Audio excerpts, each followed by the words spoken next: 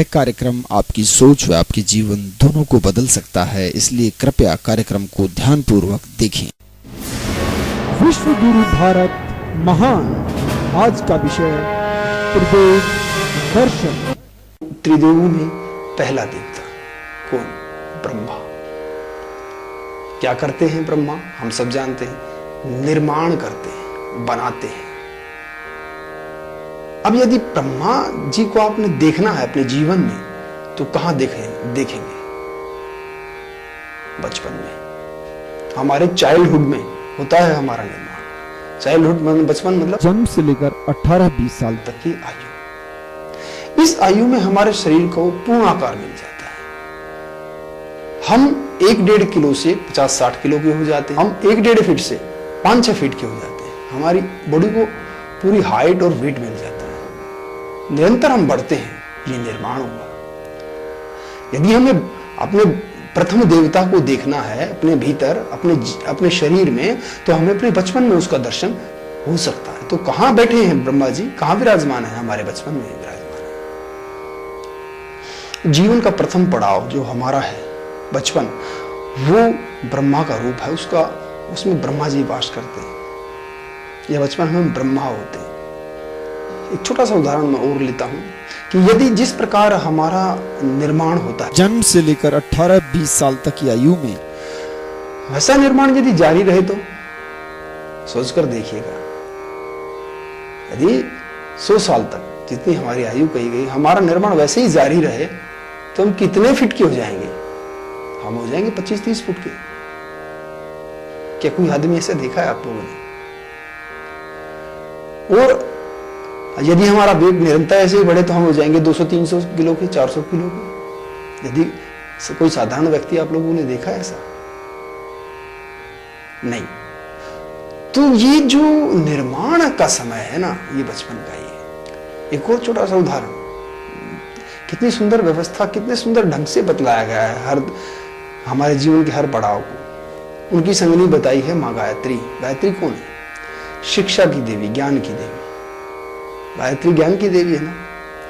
तो ज्ञान की देवी ब्रह्मा जी के साथ लगा दी। इसका मतलब यह है कि बचपन में हमारी संगनी, बचपन में जब हम ब्रह्मा होते हैं तो हमारी संगनी केवल शिक्षा है। हमें उस समय ज्ञान अर्जन करना चाहिए, शिक्षा हासिल करनी चाहिए, पढ़ाई लिखाई करनी चाहिए। क्या पढ़ना लिखना चाहिए? कि जीवन क्या है, इस जीवन में हम करने क्या है, कैसे करना है, इन सब बातों का ज्ञान हमें जान लेना चाहिए। जब तक हम बच्चे हैं, बचपन में, युवा होने तक हमें इन सब बातों का ज्ञान हो जाना चाहिए। ये ज्ञान कैसे होगा? ये ज्ञान तब होगा जब समाज में उस प्रकार की स्थिति होगी। टीवी में मन को भ्रमित करने वाले चलचित्र देखिएगा, कंप्यूटर पे, टीवी में, मोबाइल में, हर तरफ काम वासना की बात है। तो प्रथम स्टेज तो डिस्टर्ब होगी। तो इसका उत्तरदायित्व तो हमारे राजनेताओं पर है कि हमारा बचपन डिस्टर्ब ना हो। इस प्रकार के कार्यक्रम ही टीवी में चलाए जाएं, या इस प्रकार के कार्यक्रम ही मोबाइल में चलाए जाएं। अब हमें दूसरे देवता का दर्शन करना है, ब्रह्मा जी के बाद विष्णु जी। वो क्या कर रहे हैं? वो पालन करता है। पालन करना, किस चीज का पालन करना? ये जो सृष्टि चक्र चल रहा है, मैं किसी का पुत्र, मेरे पिता किसी और के पुत्र, मेरा कोई और पुत्र या पुत्री, ये जो निरंतर क्रम चल रहा है, ये पालन जो हो रहा है सृष्टि का, ये सृष्टि का पालन निरंतर जारी रहे। और ये हम शादी करें, हमारे बच्चे हों, उन बच्चों के बच्चे हों, ये जो नियम जो चल रहा है, ये नियम न टूटे। इस नियम को पालन करने का कार्य हमारा युवावस्था में हो जाता है। हम विष्णु हो जाते हैं। अब क्योंकि विष्णु जी के बारे में तो बहुत बड़ी बड़ी बातें हैं कि वो विश्व का कल्याण करने के लिए जन्म लेते हैं और मानव जाति के उद्धार के लिए जन्म लेते हैं। तो युवा होने के बाद हम भी विष्णु हो जाते हैं। तो यदि, ध्यान दीजिएगा, यदि हम केवल अपनी संतति पैदा करके उनका पालन पोषण करते हैं और मर जाते हैं, तो हम कुत्ते, बिल्ली, मक्खी मच्छर से ज्यादा कुछ नहीं। यदि हम अपने जीवन की दूसरी सीढ़ी में विष्णु होते हुए, विष्णु का जब हम रोल प्ले करते हैं 15, 16, 20 साल से लेकर और 51वें वर्ष तक, जब तक हम इस विष्णु के रोल में होते हैं तो हमें पालन करना चाहिए इस सृष्टि का भी, तभी हम विष्णु कहलाएंगे। और विष्णु हम तभी बन सकते हैं जब हमारा बचपन एकदम सुदृढ़ ढंग से तैयार हुआ, हमारा शरीर भी और हमारी मानसिक स्थिति भी, हमारे ज्ञान शिक्षा भी हमें वैसी ही मिली, हम तभी अच्छे विष्णु का रोल प्ले कर सकते हैं, हम विष्णु बन सकते हैं। पालन, बच्चों के पालन के अलावा हमें और किस चीज का पालन करना, ये सृष्टि चक्र चले। पेड़ पौधे बचे, इनका विनाश न होने पाए, नदियां तालाब समुद्र बचे, ग्लोबल वार्मिंग न बढ़े, हिंसा न बढ़े, अराजकता न फैले और यह जीवन सृष्टि चक्र यूं ही चलता रहे, इसका भी हमें युवावस्था में ध्यान रखना चाहिए। इसका पालन करवाना या करना भी हमारा कर्तव्य होता है युवावस्था में। यदि हम युवावस्था में इन सब बातों का भी, ये सब कार्य भी करते हैं, समाज की कोई भी कुरीति हम दूर करने का प्रण लेते हैं युवावस्था में, तो हम विष्णु कहे जाएंगे, हमारा जीवन सार्थक हुआ। तो युवावस्था में हम विष्णु होते हैं, लेकिन विष्णु हम तब कहलाएंगे जब हम विष्णु की नाई कार्य करेंगे, विष्णु के जैसा कर्म करेंगे, कार्य करेंगे। केवल बच्चे पैदा करना, उन्हें पालन पोषण करना, तो हम जीव, साधारण जीव की भांति हैं। यदि हम विष्णु हैं तो इस विश्व का पालन करेंगे, इस विश्व को बचाने का कोई ना कोई उद्देश्य, कोई ना कोई कार्य, बहुत सारे कार्य हम चुनेंगे और उसे पूरा करेंगे। ये भी जरूरी है, हम सब युवाओं को कोई ना कोई कुरीति जो समाज में है उसको चुनना चाहिए, उसे दूर करने का प्रयत्न करना चाहिए, तब हम विष्णु कहलाएंगे,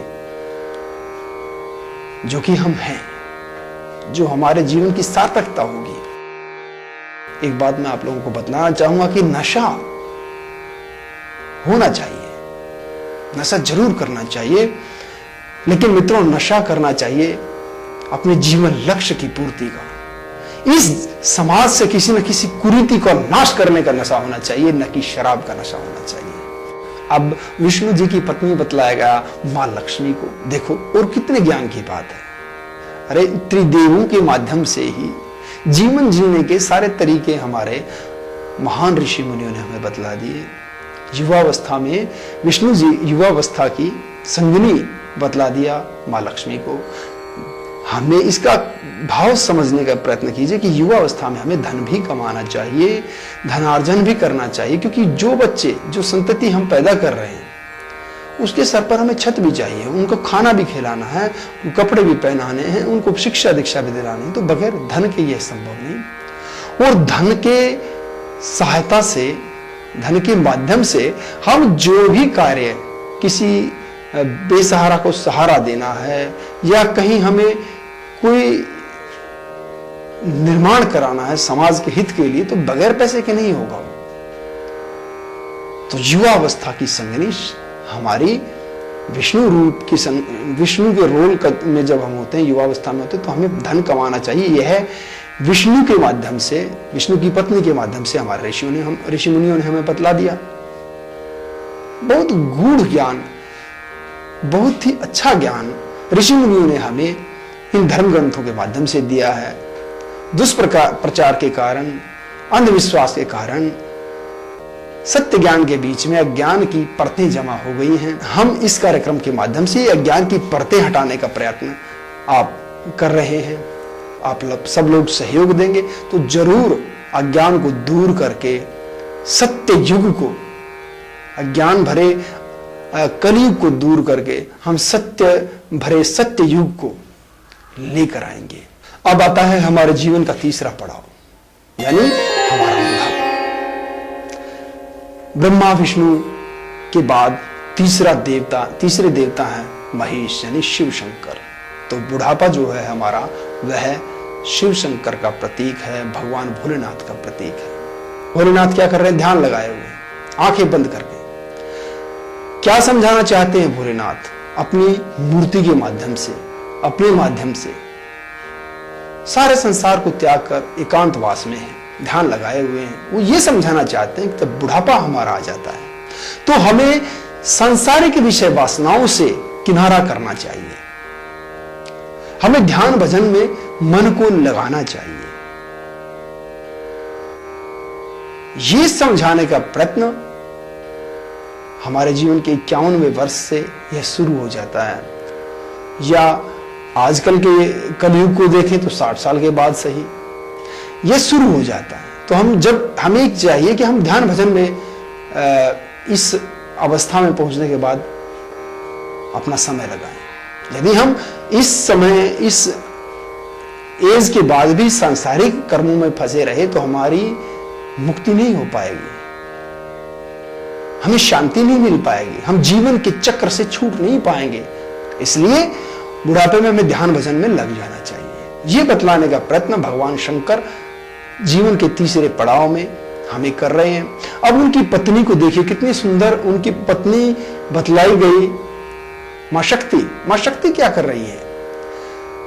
देखिए, जब हम युवावस्था में होते तो पत्नी से हमें काम रोग हो जाता है, मोह हो जाता है, पुत्र से मोह हो जाता है, लोभ हो जाता है उस धन से जो हमने कमाया, और काम क्रोध मद लोभ मोह अहंकार घृणा भर्सना, ये सामाजिक जीवन जीते हुए विष्णु का रोल प्ले करते हुए ये सब हमारे मन में ये विकार इकट्ठा हो जाते हैं। भगवान शंकर ध्यान लगाते हैं और इनके ध्यान को भ्रमित करते हैं ये मानसिक विकार, काम क्रोध मद लोभ और मोह इत्यादि, ये उनको ध्यान नहीं लगाने देते। तो उस समय भगवान भोलेनाथ की पत्नी शक्ति बतलाई, ध्यान करने से हमारे अंदर एक शक्ति का जागरण होता है, एक शक्ति जन्म लेती है।